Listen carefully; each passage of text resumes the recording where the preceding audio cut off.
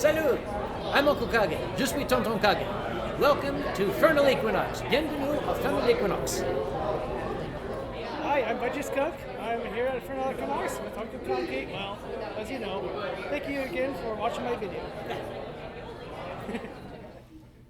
You furries and your knots.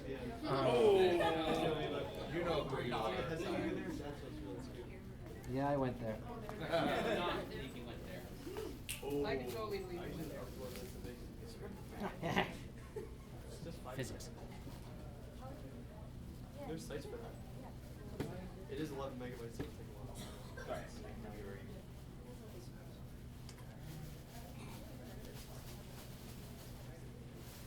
Better be worth it.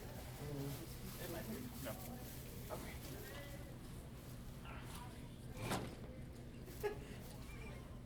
Go on. Dig in. I'll keep my lap.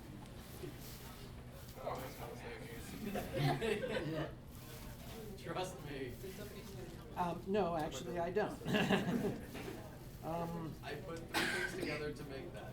Yes, you put 3 things together to make it, and we're just going to leave it in the bag for now. How's that? Aw. I'd rather open this. I want to see what's in here. Which you heavily duct tape shut.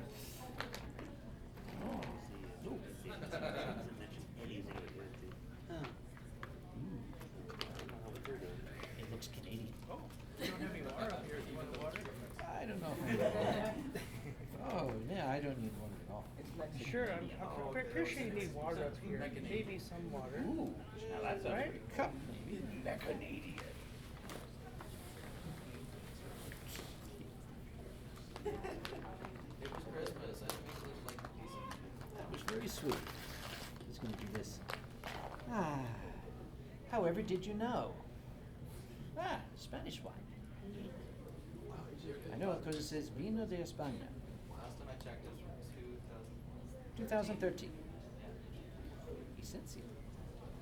I'm still not sure what the actual rule is, so I'm going to keep it up here till I get a ruling from the staff. Always get water jug up there too. Ah, maybe I should have some. Usually So it's fine. that was like the big thing. So to get him a red cup, I think it's fine. Okay. Yeah. You want me to open the other one? Away from that. That's okay. Wait till we're done. Because we're getting close to time. Yeah, I used to deliver chemistry lectures years ago. Started at 8 in the morning. And at the stroke of 8, when the bells on the clock tower chimed 8, I would lock the doors. Oh, brutal. Because I don't like people coming late to my lecture. Ah. They would find ways in to the back. Their friends would like prop open the fire door. I got wise to that. I see somebody slipping in the back.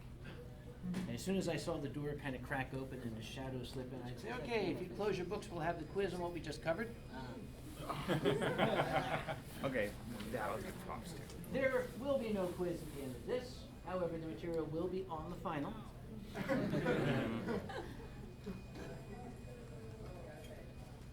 I start on time. Exactly. By my watch. My watch is the one that counts. Target time. Yes. Who's this person?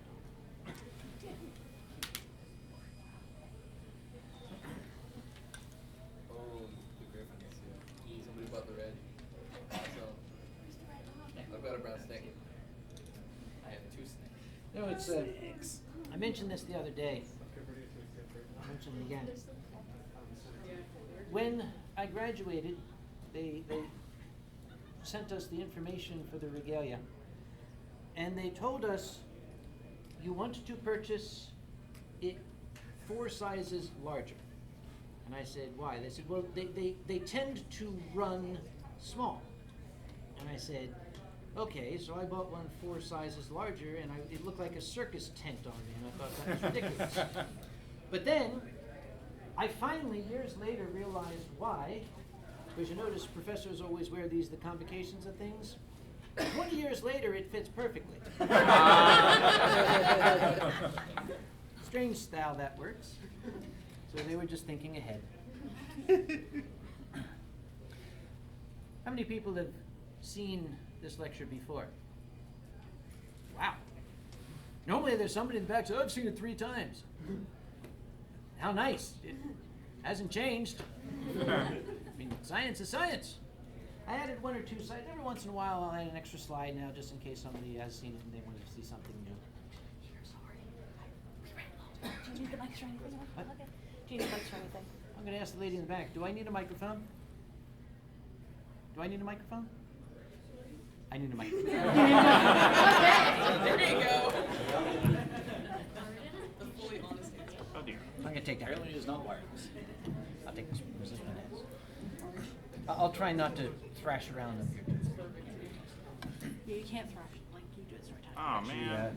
No, you're kind of stuck. Oh dear. Are there any easy microphone extensions? It's called a I'm wondering cord. if we have a wireless. I'll speak loudly.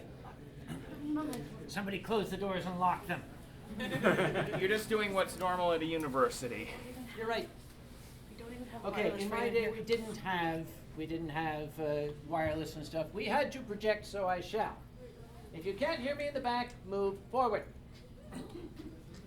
Thank you all for coming, by the way. This is indeed Science 314, Science, Pseudoscience, and Outright Crap. I'm Professor Conway. This doesn't have a lot to do with furry fandom, but on one hand, furries tend to be a very trusting lot, and anything I can do to educate some folks and hopefully save them some grief, I will. This actually started out as a drunken rant delivered in a bar a number of years ago. Nice. As Like all good things. most of my presentations do. And somebody said I should formalize it, so I have. Presented because somewhere in this audience, someone is wearing a magnet for medicinal purposes. You don't have to identify yourself, but I know you're out there. I'm going to introduce you. Something I call the continuum of human understanding. At one side, we have the reproducible, the rational, the observable, the measurable, what we call science.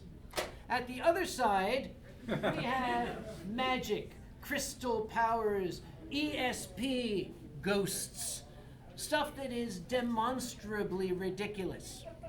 We call that crap. It is often easy to differentiate these two. But what happens when those worlds collide? What happens when you take the trappings of science and you wrap it around crap and try to sell it to people? That is called pseudoscience. When you're trying to sell people something useless and you oh yes. That's Dr. Mehmet Oz. He and I actually go back a long way. We're old friends. We'll be talking more about Dr. Oz later. Oh boy. We call it pseudoscience. You were trying to use the fact that science is respectable and measurable and reproducible and sell people crap. This is not something that was invented recently. This goes back a long way. Here we have some ads that go back to the 1940s and 1950s. Science discovered it. No unpleasant aftertaste. See, you always buy Chesterfields because they're good. Science tells you they're good. See, we have a scientist here. He's obviously a scientist. He's looking into a microscope and smoking a cigarette in the lab. You do that all the time. Over here, here's this guy. I don't know, but he must be cool. Scientific evidence on effects of smoking. Oh, here it is now. There it goes. 45% of this group have smoked Chesterfields for an average of over 10 years. After 10 months, no adverse effects were observed. Science! I'm going to give you 2 phrases. Again, there will be no quiz, but this will be on the final. I'm going to give you this magic charm. It contains mystical powers that will make all of your pain vanish forever. Compare that to this clinically tested device can reduce pain up to 98% by realigning the natural electromagnetic impulses, red blood cells, thus improving circulation. These are the same sentence. They say the exact same thing. But they just use very sciencey words down here. Doesn't this sound a little more believable? A little more rational? But it's no different from the top. This is crap, using the trappings of science. By the way, the joke is, that's not a joke. I found this on the internets at promagnet.com. Oh no. The Norso brand, which is used by a NFL professional football team. Here's how it works. See, here's how magnets work, right? Here you've got the artery going to the heart. No, that's the first thing, it doesn't work.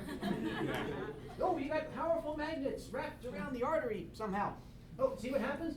In no magnetic field, your red blood cells, they're just willy-nilly everywhere, all not doing anything, a bunch of lazy layabouts.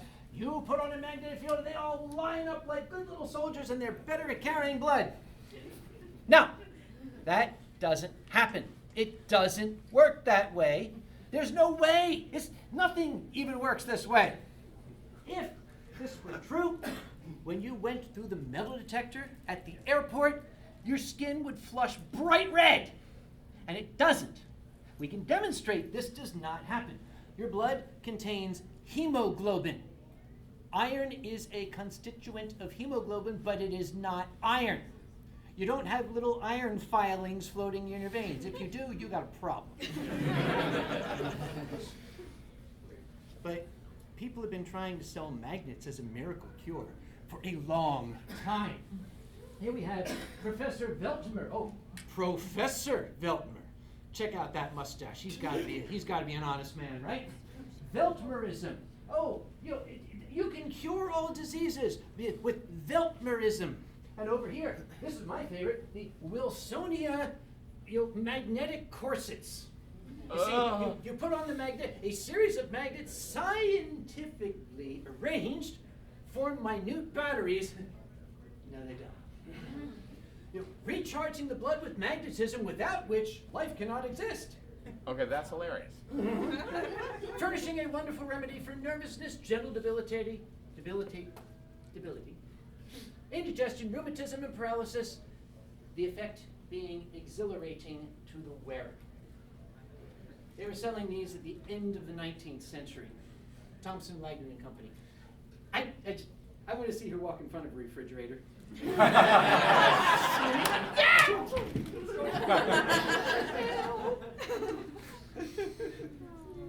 Take home lesson number 1. Magnets are not medicine. Other than some extremely specific and limited applications, there is no evidence at all that magnets, the kind you're going to buy at the local 7-Eleven downtown, are going to have any health benefit. Neither are the $800 ones that you buy from the Sharper Image. It just doesn't work. Remember the corset, how it's going to fix neuralgia, general debility, why can't I say that word? People have been searching for the panacea, the cure-all, the mystical cure. The cure to all diseases for many years. Human beings want things simple. We want a single pill. Take this pill, it will make you healthy. Take this pill, it will make you beautiful. Take this pill, it will grow hair. Take this pill, it will give you sexual virility. Take this pill, it will make you tall. Take this pill, it will make you smart. They want the magic pill they don't have to work for. The panacea does not exist. It was something the alchemists looked for, and they didn't find it. But people are trying to sell it. Here's an example. Here we have something. Anytime in the history of mankind that some force of nature has been discovered by man, immediately after the announcement by science, there have been charlatans trying to sell it as a miracle cure. People don't really understand magnetism, so the charlatan, the mountebank, can easily sell you on, oh, it's a miracle cure. It's a misunderstood, pure, force of nature, it has to be healthy for you, and we can sell it to you cheap. Lava is also natural, but Thank it's you. not really. Hold your questions in the end. The first thing to look for is something that is promising to be a panacea. Magnetism will cure everything, right? How about this? We have something here. We'll treat gout, rheumatism, arthritis, neuralgia, sciatica, tabes dorsalis, catarrh of the antrum. Oh, I hate that one. Arteriosclerosis, diabetes, glycosuria, and nephritis. That's amazing. These are all very unrelated conditions. Sciatica, that is pressure on the sciatic nerve causing pain. Tabes dorsalis, somebody looks at that, I don't know what the hell that is. Catarrh of the antrum, that's a stuffy nose, by the way. Diabetes, nephritis, kidney disease, diabetes. What force of nature can have the power to heal all of these very unrelated conditions? What mystical, magical miracle of the universe can cure everything? Why, my friends, nothing short of the magical power of radioactivity. You're laughing like this is a joke. You can still find these in your, well, probably not anymore. They got wise to it. This is the Revigator. You used to be able to go to antique stores. The Revigator is a ceramic jug. It is lined inside with a glaze made from uranium ore. It is screamingly radioactive. You get a Geiger counter within 20 feet of this and it'll go crazy. And the idea was you would fill it with water and have a little spigot down here, and you would just take a teacup full of your radium water, in the morning and night, and it would cure your tabes dorsalis, your neuralgia, your sciatica, your catarrh of the antrum, the croup, the dropsy, the vapors, all those things people don't get anymore, wherever the hell they are. Supplied by Radium Limited. Here's your take-home lesson number 2. Nothing at all cures multiple unrelated conditions. Let that be a warning. If you see something out there that promises to cure or help you with something that is not related to something else, it's not real. It's crap. Inserted a new slide because I found this doing a little bit of research. Oddly enough, unrelated research. I'm very, very fond of the writings of Mark Twain. And I discovered that Mr. Twain, in the early part of the 20th century, was sent a letter.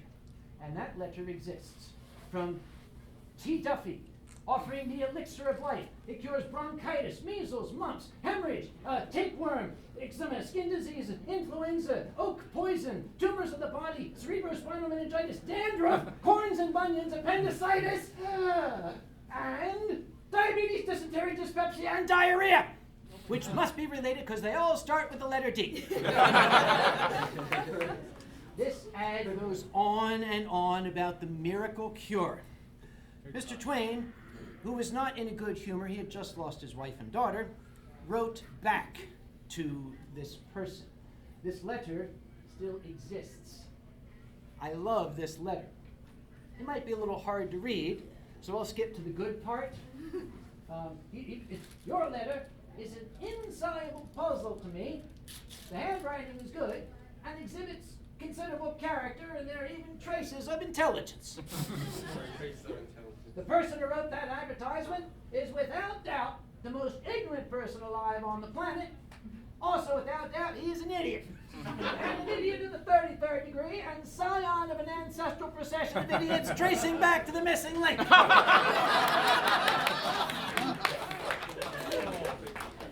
Nobody could own you like Mark Twain. It is not written in history what the response to Mr. Twain's letter was, but hopefully a lot of people didn't buy that miracle cure.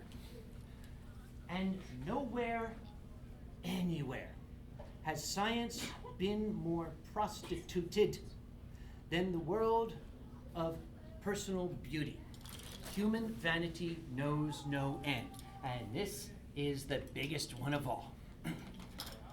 1923, your hair. Oh, you're going bald. Oh my goodness, we can cure that with science. In 1923, we'll offer you the thermocap. Here we got Professor Conehead wearing the thermocap. The thermocap uses infrared radiation. Oh, mystic force of nature. We call that heat. Apparently, it warms up your scalp and it grows hair, the same way that nothing works that I can think of. If you ask me, this looks more like a means of execution. Well, apparently a bunch of people bought the thermocap and all it did was make them hotheads. And they got mad, wanted their money back, but the person who had invented the thermocap, he'd already fled to Argentina with his millions. So, poor balding men had no hope until 1939, and the introduction of the Crosley-Survac. Well, if heat didn't grow hair, we need another mystical force of nature. How about the vacuum? The Crosley-Survac is a vacuum helmet. You put it on and it ostensibly sucks the hair out of your scalp. At least that's all, I don't know. You've obviously used one, I can tell. And you could get the home model for a very, very low monthly fee. Well, the Crosley-Survac also did not do anything other than give people giant head hickeys. And they went to get their money back, and by then the inventor had moved to Argentina with the inventor of the thermocap, and they were living happily off their millions. Well, once again, bald men had no hope until the miraculous discovery in the year 2013 of the laser helmet. If the heat helmet didn't work and the vacuum helmet didn't work, now we have the laser helmet. Oh, let's look at the features. We have a master switch. Never buy a laser helmet that doesn't have a master switch. It's got foam pads for things you need foam pads for. Soft rubber pegs, proximity sensors. Proximity You sensors. gotta know when that's near. And a built-in speaker. So it can talk to you, I guess. The first and only FDA blah, blah, blah. I want to draw your attention to that phrase. Oh, I see this phrase all the time. I work in the pharmaceutical industry. I am regulated. I deal with the FDA all the time. I know what these phrases mean. And FDA cleared does not mean FDA approved. It does not mean FDA proven. FDA cleared has a very specific meaning. FDA cleared means, in its entirety, it will not kill you. The FDA has determined that it is not overtly unsafe. Not that it's safe, there's no indication that it will kill you. That's what FDA cleared means. Anytime you see an advertisement, look very carefully at what they're claiming. What is the promise in those words? Oh, those sciencey words, those wonderful, smart-sounding words. Here's one I hear all the time. Oh, what do we have? Clinically tested, clinically tested, clinically tested. It's clinically tested. We hear that, don't we? Clinically tested. Well, okay, great. What were the results of your clinical trial? We tested it. Yes, but does it work? It's tested. Clinically tested. See, we tested the daylights out of this stuff. You sure as hell damn tested it. That's the only claim, that we tested it. They're not going to claim that it worked. You know why? Probably because it didn't. Clinically tested does not mean clinically proven. Those are very, very different phrases. I did a little bit of research into the Theradome laser helmet. Here's their ad. I should have had a handout. It might be hard to read for those in the back. Hair loss might soon be a thing of the past. thanks to a group of presumably brilliant people, including a NASA scientist, because NASA is interested in nothing other than your hair. Who devoted their lives to the health of your hair follicles? NASA. It seems they might have actually found the cure for thinning locks. Enter the Theradome laser helmet. Blah, blah, blah. Doesn't work. Apparently it's been proven to grow new, healthy hair, doubling the follicle size, slowing down. Science, science, science, science. Remember what I said? What is the promise? What are they claiming? Well, hair loss might be a thing of the past. It seems they might have found the cure for thinning locks. Apparently it will grow healthy hair, according to presumably brilliant people. There's no promises in this. It's all very wishy-washy. Well, maybe, it might, perhaps, we don't know. But it comes across as sounding like it's proven, doesn't it? Now, I'm going to zero in on something that I noticed only after I made this slide. I said, what the hell? FDA approved. It was only FDA cleared before. Now, why is it FDA approved? Now we have to ask ourselves, what is FDA approved? That is something that has been kind of bastardized of late. By the way, for those of you who have never been south, FDA, that's our Food and Drug Administration. They try to keep your cheap drugs out of our country or something like that. Can't have your damn cheap drugs. Well, this is the actual filing. FDA approved. The FDA came up with this idea that, okay, we're going to make it easier for generics to get into the market. In my country, if you have a new drug or a new medical device, you've got to go through all sorts of years of very expensive testing and proving and clinical this and trials of that.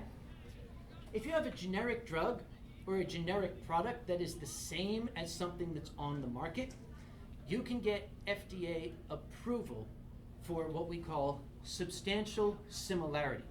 A good example is aspirin. If you want to market a new generic aspirin, they're not going to make you go through proving that it's safe, proving it's effective, proving that we already know that. As long as you can show that your aspirin is substantially similar to the Bayer aspirin, you can sell it as a generic. I must have bored them, I'm sorry. It's another reason I would lock the doors. Well, charlatans got wise to that really quick. There is a laser treatment for hair loss, very specific hair loss. Androgenic alopecia, which is one of 40 causes of hair loss.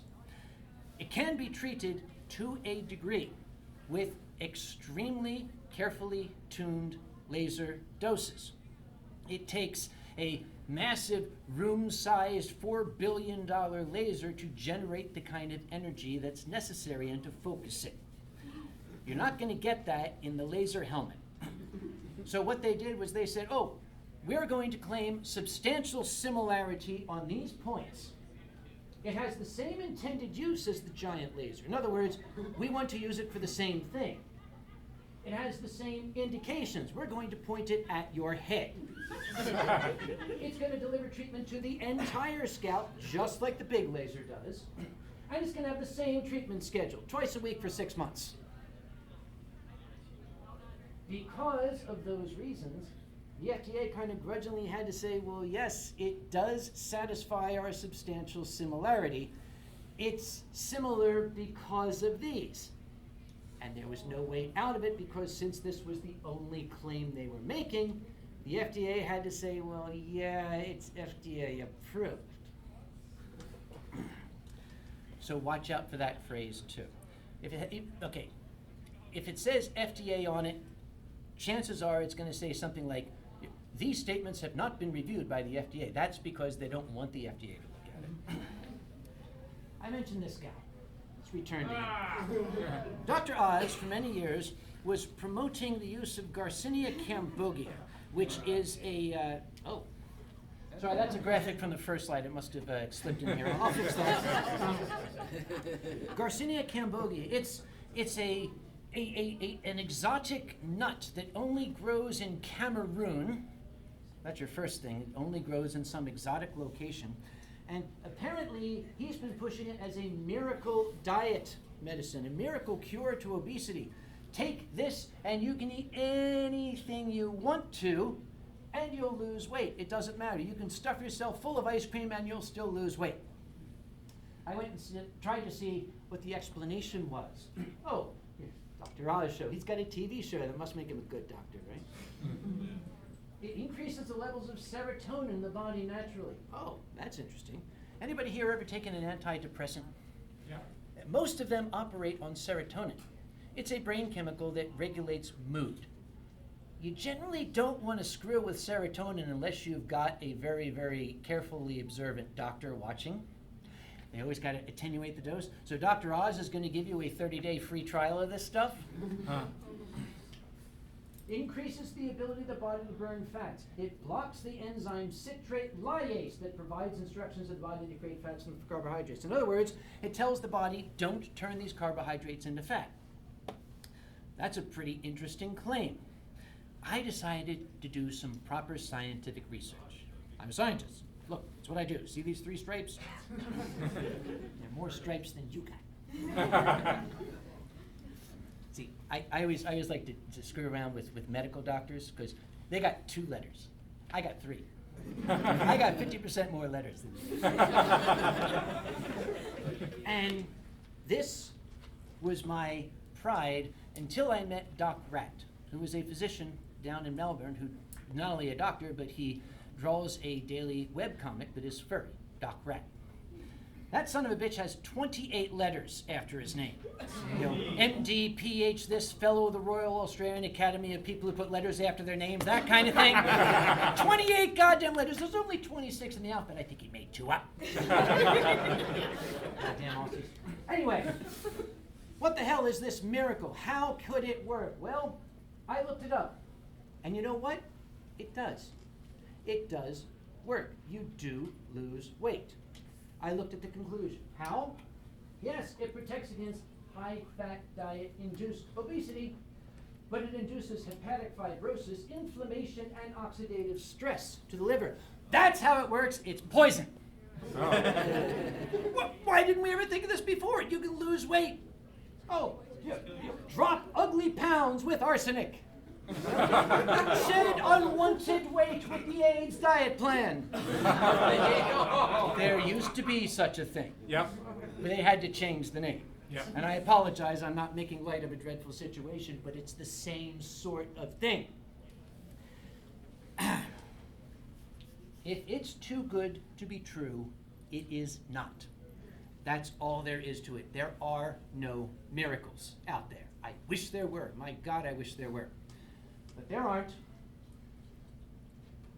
I can't wrap my head around it. Dr. Oz is an actual surgeon. How could he push this stuff knowing that it has very toxic effects on the body? Want to make money? Well, everybody wants to make money. But as a surgeon, there's 2 choices. One, he doesn't care if people get hurt, which is horrible. Or he knows that there's no actual Garcinia cambogia in that tablet. Which one could it be? Well, I'm not the only one to ask that question because this made me happy in my pants. When Dr. Oz got dragged up in front of Congress to explain himself, I was like, booyah! I hope there are no children present. If there are children present and they're laughing, it's not my fault. As I said, Dr. Oz and I go back a long way. I have had lots of words to describe Dr. Oz. A few of them I'll just throw out here. A con artist, a quack, a charlatan, a mountebank. I don't like him. Does it show? There is a single word, one word though, that I do not apply to Dr. Oz. I reserve that word for this man, and that word is monster, because he is nothing less. That is Andrew Wakefield. Let me tell you a story. 1998, the February edition of The Lancet. one of the most prestigious medical journals in the world. The paper came out, an associated gastrointestinal disease and developmental regression in a group of previously normal children after application of the measles, mumps, rubella combination vaccine. Even before the paper came out, he held a news conference that MMR vaccine is causing autism. He came out and made that statement. We need to stop using the vaccine because that's why there's an autism epidemic. That's why people are getting autistic. The vaccine is bad. Well, what do you suspect happened? Exactly what you would suspect happened. Yes. The vaccine industry is awful. They want to kill us. They want to make our children developmentally disabled. They want to do terrible things to us. No, we don't. We really don't. But people immediately made the assumption, oh, no vaccines for me. Vaccine's bad. Vaccine's bad. Stop vaccinating your children. Okay. Anybody here who is under 30?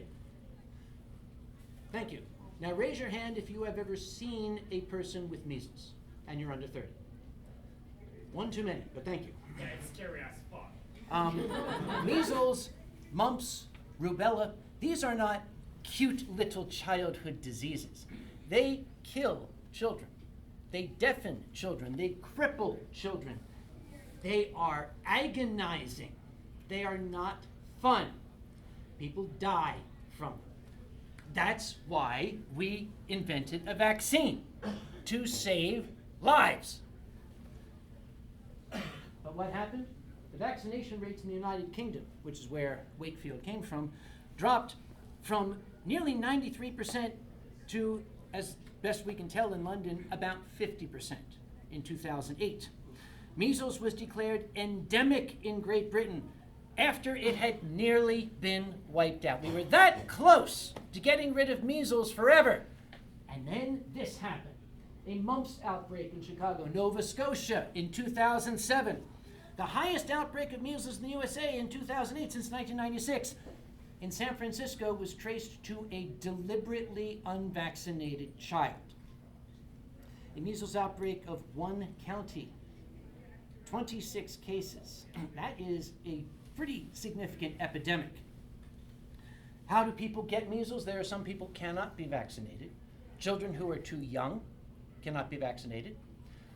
There are people who have weakened immune systems to begin with. The vaccine's not going to help terribly much. You expose these people to the virus and they are going to get it, and some are going to die. Some are going to get crippled by it. Some will lose their hearing. All are going to suffer dreadfully. Can measles mutate? Sorry? If a child vaccinated child gets infected with measles, can mutate in his body and infect the child who was vaccinated? It is always possible. Thank God it has not happened yet. We're going to leave it at that. You guys remember this one? Yeah. The sickest place on earth? Yep. The 2014 Disneyland measles outbreak, when somebody brought a child that they deliberately did not vaccinate. That child caught measles from somebody who had come from abroad where the vaccine is not commonly used. And that kid brought it back to his community and it just went crazy. You know, with all these people stopping the vaccine, obviously the rate of autism should go down, right? But it didn't. If the vaccine is to blame for the autism epidemic, if we stop vaccinating children, the autism epidemic should end, shouldn't it? Mm-hmm. It didn't. I'm going to give you some more details about that story. It's all in the timing. Remember I said it was February of 1998 that the Lancet paper came out that said the MMR vaccine is causing autism. It was only 18 months before that that Andrew Wakefield was awarded almost £500,000 by a group of lawyers who were trying to sue the manufacturers of the MMR vaccine. That was the money that funded his so-called research. Only a couple of months after he got that award, he held a meeting and he passed out a document that was entitled the Inventor School Investor Meeting Document, copies of which still exist. It proposed he was going to start a company. He was going to call it Carmel Healthcare to market diagnostic tests, essentially a home test kit to find out if your child has been poisoned by a vaccine. In view of the unique services offered, the assays can command premium prices. The initial market for the diagnostic will be litigation-driven testing. As a consequence of the public, political, and legal pressures brought to bear, the demand will be enormous. I don't think that I'm misinterpreting when I say, okay, let's destroy public confidence in the vaccine, and then we can profit from it. Not only by marketing the diagnostic test kit, but very, very shortly thereafter, he filed Great Britain Patent Application 2325856A for a replacement vaccine. In the patent application, he says, it has now been shown the use of the MMR vaccine results in autism. So that's the second part. Let's destroy public confidence in the vaccine, so then I can introduce a replacement vaccine whose market I will control. Sounds legit. What happened with Dr. Wakefield? Well, in 2001, he got fired. According to him, it was because he wasn't popular. In 2010, this doesn't happen a lot, the Lancet retracted the paper because a lot of people had investigated and they found out that the claims were false. He had all of 12 children in his study. That's not a big number. And his claim was that they all were normal children until given the vaccine. Well, it turned out more than half of them were already showing signs of autism before they got the vaccine. That's a pretty clear red flag. The British Medical Journal came right out and called him a fraud and said that, this guy should be run out of town on a rail. He was stripped of his academic credentials and his medical license and run out of town.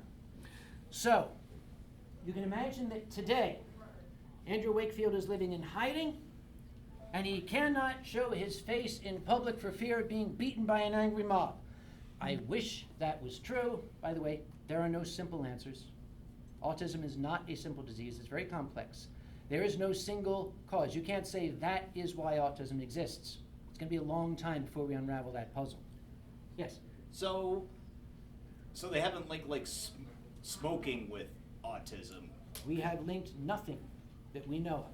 There's bits of evidence, causation cannot be correlation, right? Because of people I actually know personally with kids of autism, including mine, she lives with her mother, the common denominator was smoking.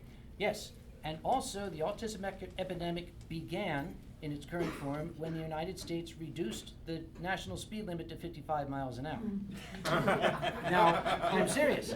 A lot of things happen, but there is no single cause. And once again, Dr. Wakefield lives in terror of his life. No, he doesn't. He is still being lionized by a large group of people who are convinced that he was right, and that the evil big pharma is out there to destroy his stellar reputation because all he was trying to do was save your children. Yeah. This pisses me off. Why? Are people dumb? Yes. Yes. Yes. Okay, granted.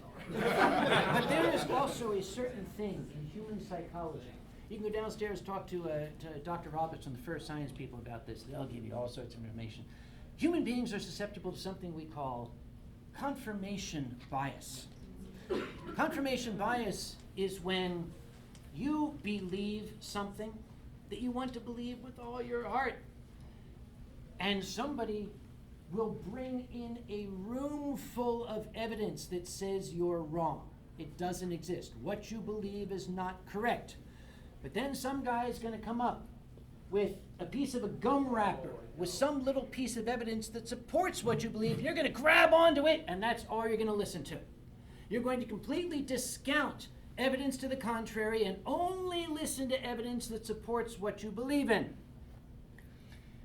That is the basis of every organized religion on the face of the planet. That is the only statement I'm going to make in that topic. Let's move on. I've been to Australia, Melbourne, for a lovely convention down there called Convergence. I passed through New Zealand, or as they like to call it, New Zedland.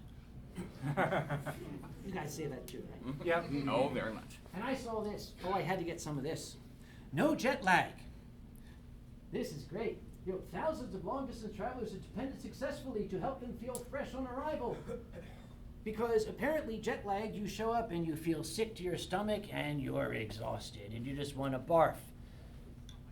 I feel tired. I never wanted to barf, except for like the morning after, but that's another story. See that word? Do you know what that word means? Probably not. You probably don't know. I'm going to explain to you what that word means. By the way, remember how I said you got to be careful of what the claim is? The claim is guaranteed to help you cope with jet lag. It's not going to cure it. It's not going to make you feel better. It will help you cope with it. It's homeopathic. Homeopathic. Oh, we see that all over the place. It's a multi-billion-dollar industry. But what is it? I heard some people say it means it's natural. Supposedly. Pseudoscience. That's us. See this gentleman?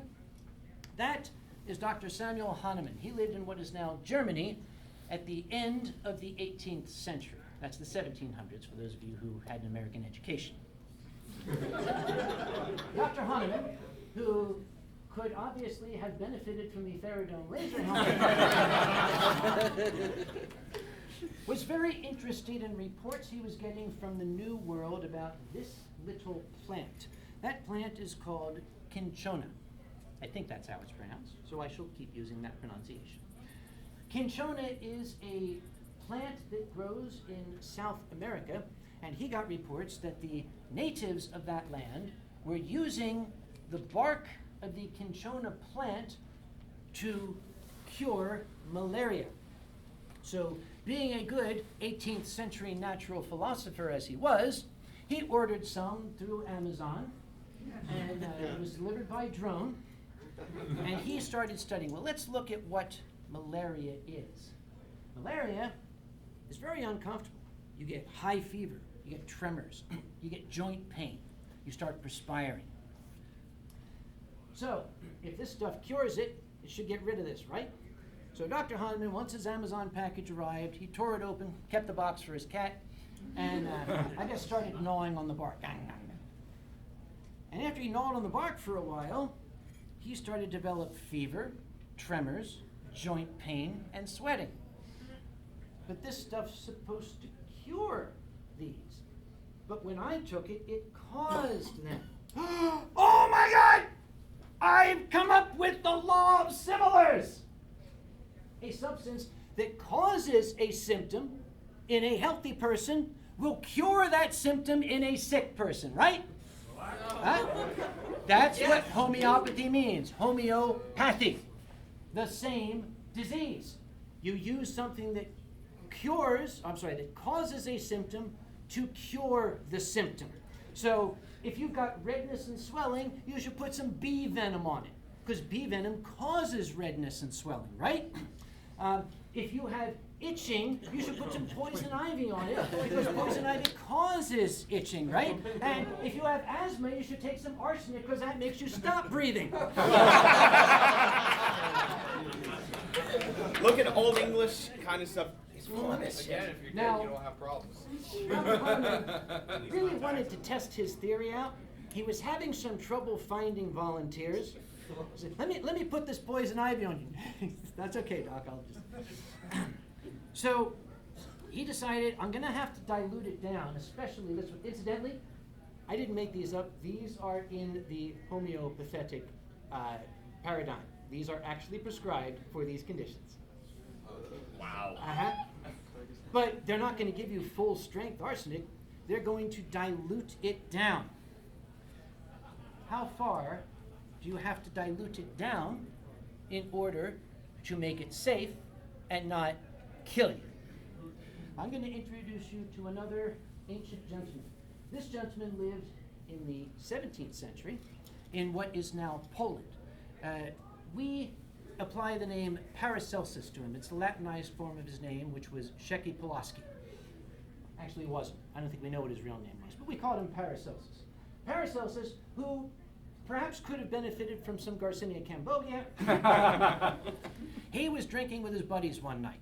And they were Titus Andronicus, these guys were, and they were like barfing on the floor, and two of his friends had already passed out, and Paracelsus, he got this great idea. Now, how when you've been drinking, you get a great idea, and I had to write this. He was like, hey guys.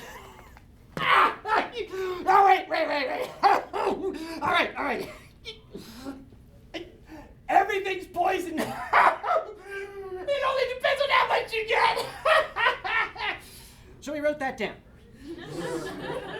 All things are poisonous, for there is nothing without poisonous qualities. It's only the dose which makes a thing a poison. Aspirin at 325 milligrams will cure a headache.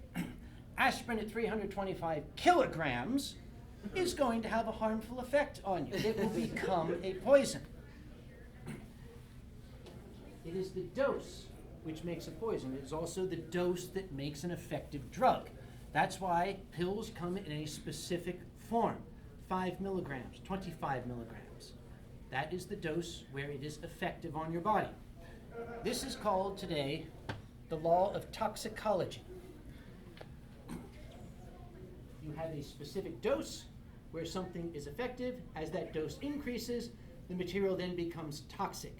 It has ill effects on the body. I want to look at no jet lag. Remember how this stuff is going to help you cope? What's it contain? It contains Arnica montana, which is leopard's bane. That's the furry relation to this, by the way. It contains a toxin called helenoline, which is an alkaloid. It produces very severe gastroenteritis. That is, it gives you a real bad tummy ache. So naturally, that should cure a bad tummy ache, right? It also contains ipecacuanha. It contains cephalin and emetine, strong emetics. What is an emetic? It makes you puke. So, if you're inclined to puke, giving you some ipecac should stop you from puking, according to the theory or law, if you will, of homeopathy. It contains lycopodium, club moss. It contains huperzine A, a rather powerful toxin which produces very, very severe gastroenteritis. Oh, Lycopodium wolf's foot. It also contains Bellus perennis, Camellia, and that's their flowers. I don't know what the hell they do. They're just in there. But this is what I wanted to point out. That's the ingredient, 30C. What the hell is C? C, in the homeopathic lexicon, is a dilution of 1 in 100. I will take 1 drop of this solution, and I will put that drop in here, and I will then add 99 parts of water. That is the dilution of 1 in 100. 1C. That's C. I'm now going to do that again. I'm going to take 1 drop of this. I'm going to dilute it in 99 drops, if you will, of water. That is a dilution of 1 in 10,000. That's 2C. Wow. If I did that again, that is 3C. That's a dilution of 1 in 1 million. 1 in 100 multiplied each time. Okay, that's nice. So, what is 30C? I did the math. 30C is doing that 30 times, and you wind up with 1 part in 1 million billion trillion 1 novem decillionth part of your diluent. In the case of a pill, that diluent is sugar. In the case of this, the diluent, dilution, is water. In a pill, it's sugar. So I have 1 novem decillionth part of helenoline in my no jet lag tablet. We're going to do a little thought experiment. I want to take a portion of helenium or huperzine A that is the size of a grain of salt. And I want to make a tablet that contains 30C, 1 novem decillionth part. If I have a tablet and I want to have a salt grain sized portion of my active ingredient in it, how big will that tablet be? How big? You don't know? That's a good scientist. That's the best answer. How big will that tablet be? A bus. A bus. A Toronto bus or a New York bus? Yes. A football field larger than the universe. A swallow. A swallow.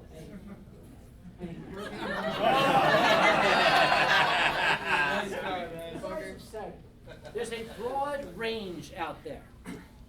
I did the math here too. To find a salt grain sized portion of helenium in that tablet will have to be 134 trillion kilometers in diameter. Now, to put that into perspective, that is 18,000 times the distance from our sun to Pluto. That distance is 7 billion kilometers. To put that into perspective, we're talking 4 parsecs, or roughly 12 light years, will be the size of that tablet. Alpha Centauri, our nearest star, is only 1.3 parsecs away. That is a big goddamn tablet. Okay, maybe that was unrealistic. Maybe that was unfair. A salt grain size portion, that's too much. I want to find a single molecule of huperzine A. Or maybe that's lenolin, I can't remember. Somebody look it up. I want to find 1 molecule. You can't get any smaller than that. That's the smallest division you can get. Now, how big will my tablet be? Size of the planet. Size of the planet. Which planet? Earth. Earth. Well, you're close. You're very close. Well, relatively close. It will be 18 billion times the size of this planet. Wow. So, in order to find even the smallest measurable trace, a single molecule in a dilution of 30C, that tablet is going to be 18 billion times the size of this planet. It's not, it's only this big. So statistically, there is nothing in that tablet. There is no huperzine A. And it's pretty good if you're selling this stuff. Oh. Belladonna. This is belladonna at 30C, 1 novem decillionth part. Belladonna, by the way, is known as deadly nightshade. It contains atropine, scopolamine, hyoscyamine. These are nasty. If you get poisoned by these, they cause sweating, flushed skin, tachycardia, that's a racing heart, fever, and delirium. This stuff is sold as a curative agent for fever with sweating. Because belladonna causes that, so it's going to have to cure it, even though there's not actually any belladonna in it at 30C. Yep. Oh, that's right. So, that's 30C. How about this stuff? Yeah, that's what I said. 200C, ignore the K, that's a marketing thing. Oh. I tried to calculate this one, I couldn't. Excel barfed. To give you an idea, the dilution is far larger than the theoretical number of molecules in the universe. It is impossible for the tablet to exist big enough to find 1 molecule of any of those components in here. But it works. How could it work? Well, here we get this guy. This is Jacques Binurual, the late Jacques Binurual. I should not perhaps speak ill of the dead, but he came up with the answer. How does it work?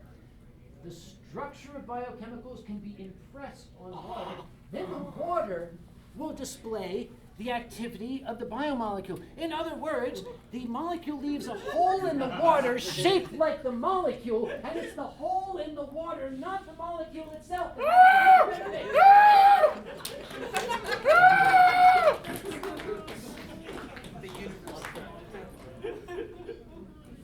I have strong opinions of that theory, but I'll keep them to myself. How are they even allowed to market that then? How are they allowed to market it? That's a damn good question. Now, I had been criticized in the past because that was where I ended this chapter. And I was criticized by a fellow scientist who didn't like it. And I said, dude, what's not to love? And he said, rightly so. You made a lot of fun of it, but you presented no evidence to the contrary.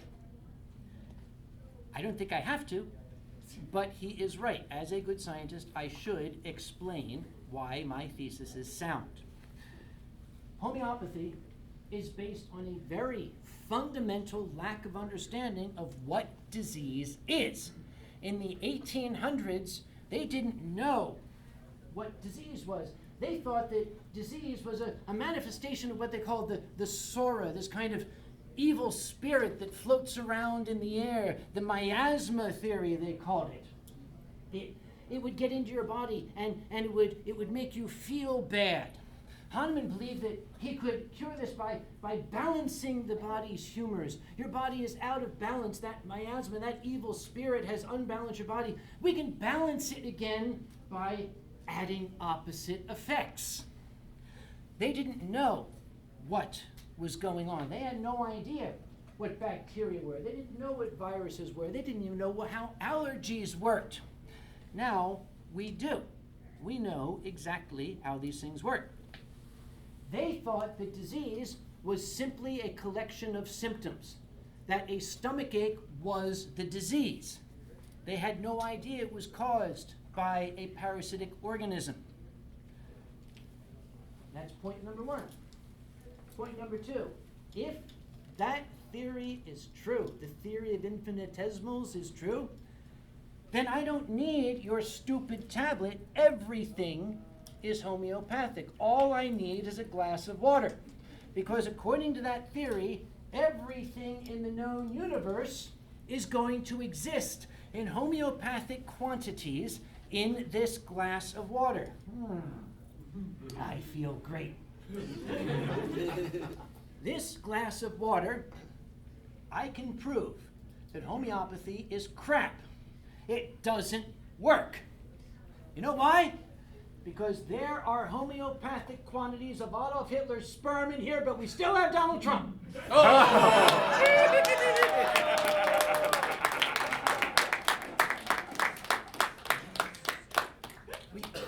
We used to laugh at that Toronto mayor you guys had. We're really sorry. Now we have his brother Okay, as now you're premier. Yeah. As premier of what, though? Ontario. Okay, moving on. The entire thing is contrary to Paracelsus's dose-response relationship, which is measurable, it is observable, it's reproducible. I can demonstrate exactly how much aspirin it will take to make your headache go away. I can demonstrate the precise amount of a statin drug that it will take to lower your blood pressure to a healthy level. And that can be reproduced. It will be the same again and again and again and again. It is absolutely the opposite of what these guys are trying to sell us. Water's a liquid. Liquids don't hold shape. I'm sorry, that's kind of the idea of a liquid. People say, oh yes, at the microscopic level, yes they do, you're full of shit. I'm sorry. Okay, even if it does, that tablet is not water, it's sugar. And you've milled it, you've ground it, it's not going to hold shape, especially when you go and dissolve it. Somebody mentioned the placebo effect. Now that's real. The placebo effect is something we're only beginning to understand. I don't think we ever will really understand it. The placebo effect is the ability of the mind to convince itself that the injury that it is trying to respond to is not there. It only works for pain. The placebo effect will only work for pain. If you have somebody in severe pain, you can use a placebo to make them believe the pain is reduced. If it works, that's great. Placebos don't work for anything else. If you don't believe me, I'll give you a placebo next time you have diarrhea. Let's see how you do it. I'll tell you what, here's a placebo birth control pill. Let me know how that works for you, okay? Don't kid yourself. And this is the most important thing. The placebo effect only works if you're the one believing it. This is child abuse. This is cruelty. And anyone who purchases these things ought to be in frickin' jail. Yeah. But it works. Okay, great, wonderful. If it works, fine. But remember, these are not regulated by the US FDA or by the Canadian authorities or by the European authorities or by the Asian authorities. There is no regulation over homeopathic materials. Our FDA has identified, as of 2 years ago when I first put the slide deck together, 287 weight loss products sold as herbal and homeopathic, which actually contain sibutramine and or fluoxetine, Prozac that is, and or phenolphthalein. These are not homeopathic and they're certainly not herbal. Phenolphthalein? Anybody know what phenolphthalein is? Is that what's used for pH testing? I use it for pH testing. People used to use it as a laxative. It makes you go. But they stopped because they found out it's toxic. Prozac, you gotta watch out for this stuff. You really need a doctor to tell you how much to take. Sibutramine, that actually is a good weight loss drug. It's also toxic. It was taken off the market worldwide because people were dying.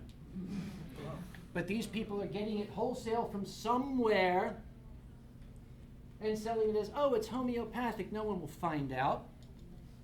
They've identified 320 homeopathic sexual enhancement products. Herbal Viagra. Guess what? It actually contains Viagra. Of course it works. It's in there in unregulated quantities, and there is absolutely no quality control. There is a, I'm trying to remember where the hell I saw this. I'd like to find it and put it in this presentation. A video of a gentleman wearing a loincloth sitting on the dirt floor of a hut somewhere using a wooden mortar and pestle to grind up a powder which was intended to be sold as an active ingredient and sold to the United States. That's what goes into these things. Words like safe and natural and homeopathic don't mean anything to criminals. If these are people who are going to sell you something that might well kill you and they don't care, they're not going to be too unhappy about lying to you, are they? This is a typical pseudoscientific claim. Notice it's got, clinical, it's got an obvious doctor. You know it's a doctor because he's casually got his stethoscope slung around his neck. Lipidrill, it's from Bioscience. This stuff doesn't work. This stuff is crap. It's not going to help you. But this stuff sells by the millions of bottles to eager people who want to believe that it will work. Now, is this harmless? Okay, so you've lost your money, but is it really going to hurt you? Well, in some cases, maybe. In some cases, you might turn to this instead of something that could actually help you. I have seen herbal diabetes remedies, and I reported those to the FDA, oh my God, real quick. Herbal diabetes remedies, that's great. But there is something a little more insidious. This is a quote that goes back to a gentleman who published this in 1947. When things get so tough that there seems to be no way out, the Russian embraces the vodka bottle, the Frenchman a woman, and the American the Bible. Very true. On the other hand, the German tends to resort to magic, to some nonsensical belief which he tries to validate by way of hysterics and physical force. It was the willingness of a noticeable portion of the Germans to rate rhetoric above research and intuition above knowledge that brought to power a political party which was frankly and loudly anti-intellectual. The Nazis not only burned books they disliked, they also classified theoretical physicists with Jews and Marxists. I take comfort in knowing this could never happen in my country. Any questions?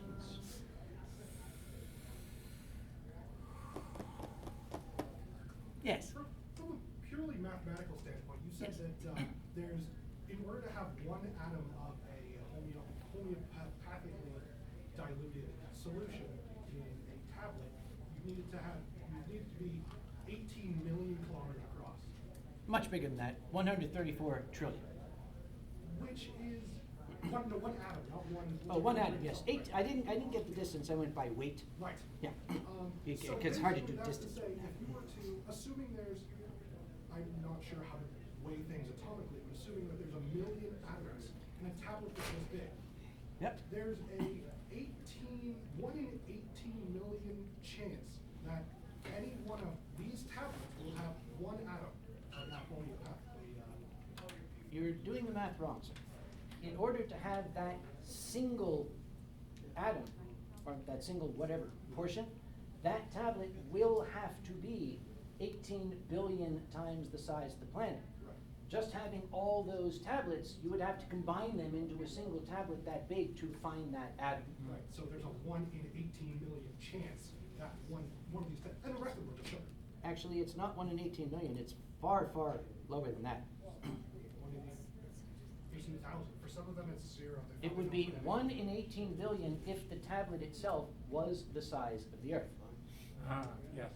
Think about it, yes. Yes. So I got a question then, Yeah. like, when they make these tablets, Yep. do they have the actual ingredient and then run it through like a long process of machines, or they just make a sugar capsule and say that it might be there? I honestly do not know. I suspect, but I don't know for sure. I honestly cannot believe that somebody who's smart enough to market this stuff would actually go through the process of making the dilutions. You can save a lot of money just by selling sugar pills. Yeah.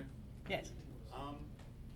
So, in your mind, is there anything that's coming up medically that does excite you? That's something that, you know, it might take 10 or 20 years to get here, but something that's currently being developed that does make you, you know, that's like, this has a lot of potential? Gene therapy.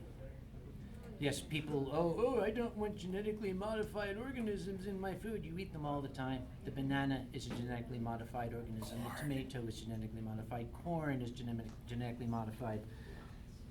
There's nothing mystical about somebody going in and tweaking the DNA. The same good things or bad things can happen as crossbreeding. You know, you're going to create frankenfruit that will destroy us all. That could happen by crossbreeding 2 species of corn. The fact that a horticulturist wants to do it over the course of 3 years or a scientist wants to do it in 3 months doesn't matter. Gene therapy has shown promise because there are some genetic diseases out there, and who knows, we are starting to find genetic markers that we believe are related to autism. Imagine if in a newborn baby we could go in at the sub-microscopic level and edit that tiny error in the genetic sequence, and that child will grow up perfectly healthy and normal and have no sign of autism. I have yet to find a negative to that. Yes? People are all opposed to the gene therapy on that level, but they're okay with, it's the same thing as breeding different species of dogs. Mm-hmm. Yes? They were like, no, like, there was something I was watching a while ago, I'm not sure how valid it is, but like, when you go and you say, make a purebred husky, that's like gene therapy to a point. They selectively Yep. took out other species of dogs and said, yeah, no, I only want these qualities. Exactly. Nature doesn't like purebreds, it likes diversity. You ever seen what happens to some of these purebreds? Oh, yeah. Yes, in the back, you had a question.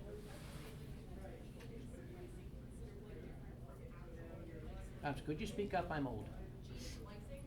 Gene splicing is basically gene therapy. But it's like different from like, you know, selective breeding. Because you're taking like genetics from things that are like very You are different. correct. We can actually take the genetic sequence from one organism and insert it into another.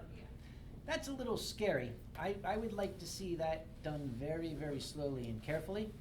But we can take the genetic sequence of a plant that is resistant to the boll weevil and implant that, no pun intended, genetic sequence into a tobacco, or I'm sorry, a cotton plant, and that cotton plant will not be susceptible to boll weevil attack. We could take, well, one of my favorites, grapes. Grapes which are susceptible to a particular kind of fungus. If we could, at the genetic level, make that grape not appetizing to the fungus, but still appetizing to me, after it's been suitably processed, I'm all for that. Yes? Why is it sugar that's used in pills? Is it the taste, the cost, or is it also business deals? It's cheap. It's usually sugar. Sometimes it is flour. Sometimes it's things you probably don't want to know about. Cornstarch. They'll often use sugar so that if it goes down and you have a sweet taste, it's pleasant. As opposed to, for example, ever taken an uncoated aspirin? Yeah. Yeah. I really wish they used sugar as a binder in that. To be fair, I prefer the unsugared ones. Well, Just you're the weird. The sweet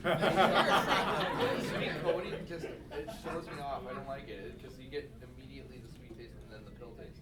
I'd rather just have the pill taste. Okay, you're an honest man. Yes, gentleman in blue. Could you speculate on the solution to pseudoscience? Is it a revamp of the academic framework, an ethical framework, or a regulatory framework that's going to change this? It would have to be a regulatory. Social media world. Therein lies the problem. In order to combat pseudoscience, you have to stop people from talking. It would be a wonderful world if lying were a crime. It's a great construct, but how exactly are we going to implement that? Oh, it'd be wonderful. Okay, if lying were a crime, well, first off, we'd have to have an entirely new political system. So it would have to be regulatory, but I don't really think there's a feasible way. Now, there have been some inroads. For example, in the United States, if you make any sort of medical claim, you have to back it up with actual research. If you say, this stuff will cure a stomach ache, you damn well better have the data to back that up. But if you say, this stuff will make your stomach feel better, or will help you cope with a stomach ache, that's allowed. It's tricky. However, you now have to have a label on there that says, these statements have not been evaluated by the FDA. That's a big red flag in my country. Why are they not evaluated by the FDA? Because these guys don't want it to be, because they'll find out it doesn't work. Yes, I see a hand back here. Essential oils. I love the look on Uncle Kage's face. Aromatherapy, you mean? Essential oils. They smell nice. They used to stuff masks full of flowers during the plague because they thought, beautiful smells will keep you from getting the plague. It's the same theory today. And it worked just about as well as it did then. Yeah. So I guess your claims that it will cure autism, cancer, and everything else are Crap.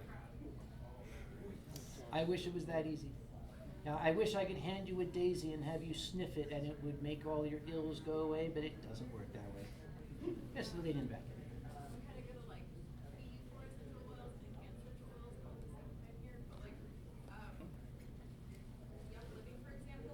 I'm sorry, you?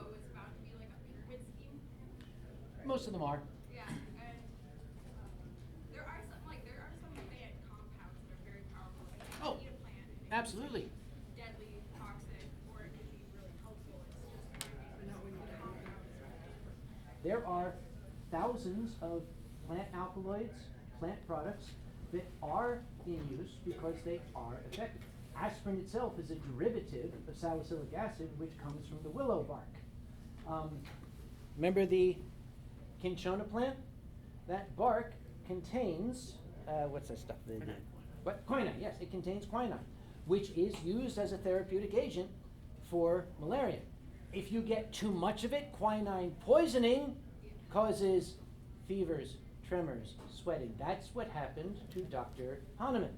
He got an overdose and thought he had come up with a brilliant idea. There are many things out there that have the label alternative medicine.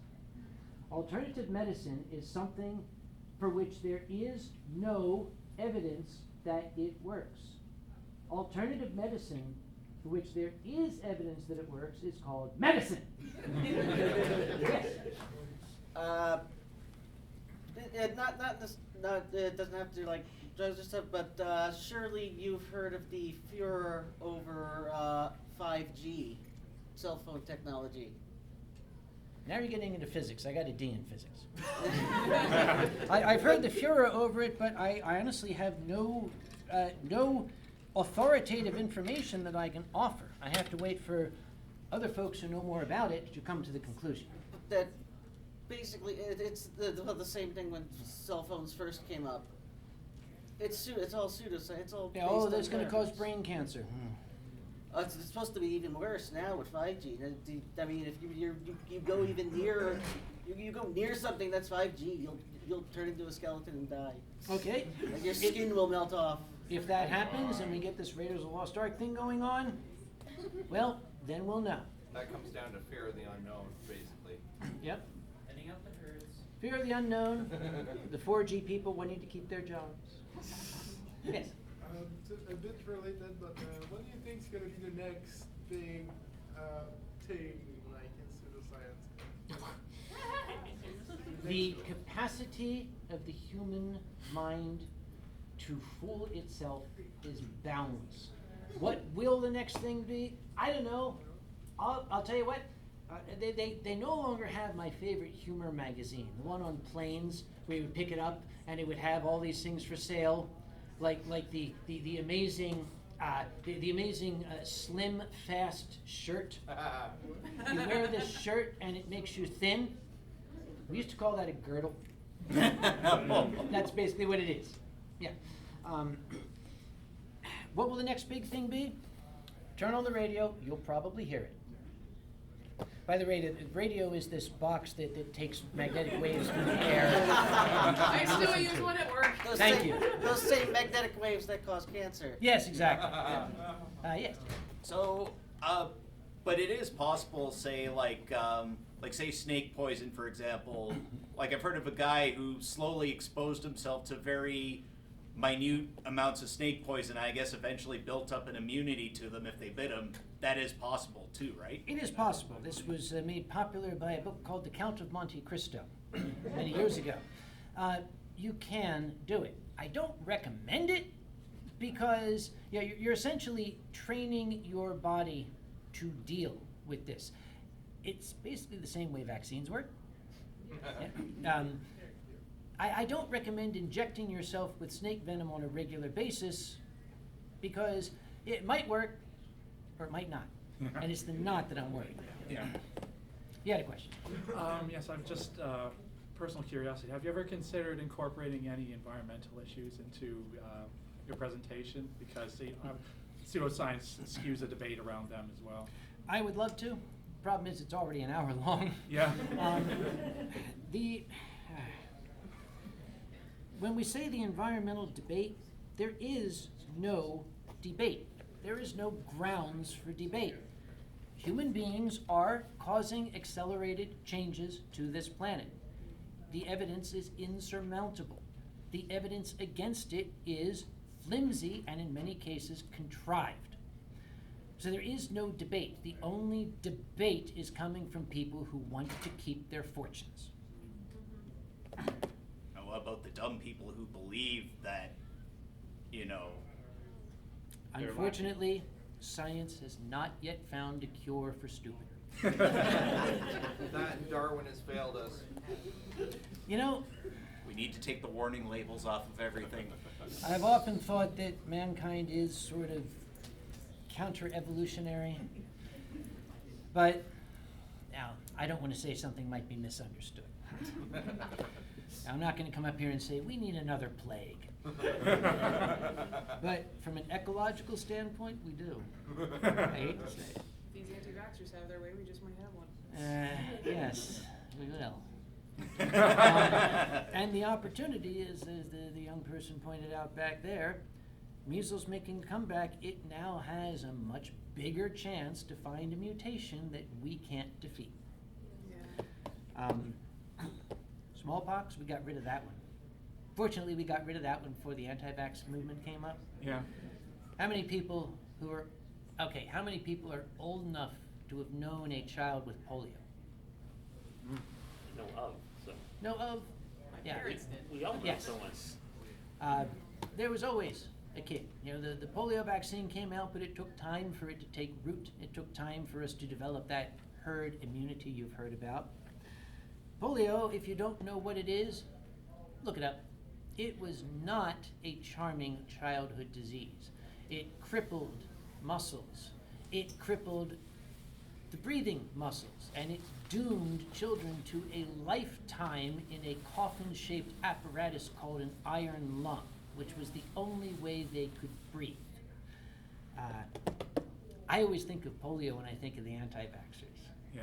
You know, it's like, I don't want to say, well, I hope you. It's monstrous to wish that on somebody. But it would be just. Yeah, yes. Especially because the anti-vaxxers have already been vaccinated. It's their children who will Yes, suffer. and that's the problem. If it wasn't the children who would suffer, I'd be all for letting these people just have their way. But the kids don't have any say in the matter, except for that one kid went around his parents and got vaccinated. Booyah! Yeah! There's actually been a lot more cases of that lately. It's online. Yes, it's big news in my country. This kid's mom was an anti-vaxxer, and the kid, on his own, went to the doctor and said, I want you to vaccinate me. Yeah, on his And- 18th birthday. Yep, and the doctor was like, until you're an adult, I can't. And like the day the kid turned 18, he went to the doctor and got a vaccine. His mom was pissed off, but he's like, sorry, Ma. By the way, not autistic. Yes. What are your thoughts on like what was the vaccination or something like that? It was like the guy was just charging incredible amount of money for something that could help hundreds of people. Oh, the Oh, guy Martin who bought Shkreli? the pharmaceutical company and Yeah. the pill. Monster? That slimy guy. Yeah, those people need to be in jail. Yeah. There are drugs that are very expensive. It takes roughly $1.5 billion and 10 years to develop a drug from scientific concept to market. Somebody's got to pay that $1.5 billion. I mean, I'd love it if companies would just do this out of the goodness of their hearts, but they got mortgages, you know, they got car payments. That money has to be recouped. And from a business standpoint, there has to be a profit to it, or people won't do it. If you've got the wherewithal to develop a drug from concept to market and not charge for it, be my guest. Like, where are we going to find somebody who's got $1.5 billion lying around? Bezos. On the other hand, if that stuff is on the market and doing perfectly fine at $30 a dose, there is no rational reason to increase the price. It's important to note also that he is not in prison because of raising the price of the drug. He is in prison for ripping off people who were richer than he was. Insider trading. Yes, which is unfortunate. We got Al Capone Yeah. on tax evasion Yeah. because we couldn't pinch him for murder. But sometimes you gotta make do. Take your small victories. Yep. Yeah. Are there any other questions? Yes. First of all, it's just a zero opinion, but if the shipping and entry program I am really old. I'm gonna come back here so I can hear you. I'm sorry.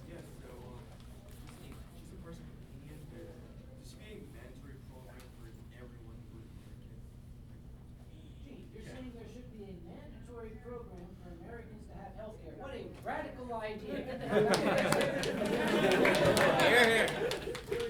Yeah, we haven't thought of that one. Yeah, can't have that. That's socialism. That's bad. That's Russia. Socialism! Yeah, we don't want to be like you maple syrup guzzling beaver fuckers. Smoking our pot and playing our hockey. Yeah. We know you love Go drink a glass of poutine, you socialist.